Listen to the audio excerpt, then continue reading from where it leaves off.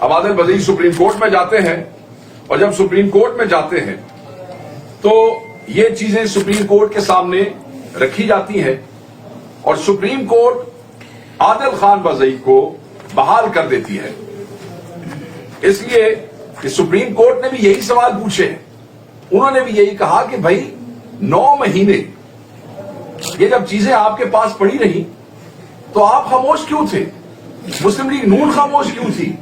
Election commission نے کسی قسم کی کوئی کارروائی کیوں نہیں کی؟ اور مزے کی بات یہ ہے کہ وہ کورنگ لیٹر جو میاں شہباز شریف کا تھا, جس کی روح سے ان کا ایفیڈیوٹ ساتھ لگا کے الیکشن کمیشن کو دیا گیا, وہ بھی ان کوشچن آیا. اس کی ڈیٹ کہ یہ تو 18 تک جعلی تھا, اگر صحیح بھی ہوتا تو 18 تک ویلڈ تھا. 18 کے بعد تو آپ اس سے اس کی پارٹی افیلیشن جو ہے اس کا اندازہ نہیں کر سکتے تھے. مگر بہرحال ایسے نہ ہو سکا. اپنے ذہن میں رکھیے گا, انہوں نے وہ جو جعلی ایفیڈیوٹ ہے, وہ جو میاں شہباز شریف نے جو اس وقت پارٹی ہیڈ تھے انہوں نے جمع کروایا, جو اس وقت وزیر اعظم ہے, اس پہ نوٹری پبلک اور اوتھ کمشنر کی دستخط اور مہریں لگی ہوئی تھی. اپنے ذہن میں رکھیے گا کہ وہ نوٹری پبلک اوتھ کمشنر جس کا نام سعید احمد ہے, اس سعید احمد نے سول کورٹ کوئٹہ میں ایک ایفیڈیوٹ جمع کروایا جس میں اس نے کہا کہ میں عادل خان بازئی کو زندگی میں کبھی ملا ہی نہیں ہوں. عادل خان بازئی کا ایفیڈیوٹ اس کو ویریفائی کرنا یا اس کی تصدیق کرنا تو دور کی بات ہے, میں موصوف کو ملا ہی نہیں ہوں, میں اپنی زندگی میں ان کو دیکھا ہی نہیں, میں ان کو جانتا ہی نہیں ہوں. اس قسم کا ایفیڈیوٹ انہوں نے سول کورٹ میں جمع کرایا. عادل خان بازئی نے ایک اپلیکیشن دی وہاں پہ کہ بھئی یہ جعلی وہ بن گیا ہے. پولیس کو اپلیکیشن دی کہ آپ اس پہ تحقیق کریں. انہوں نے انکار کیا.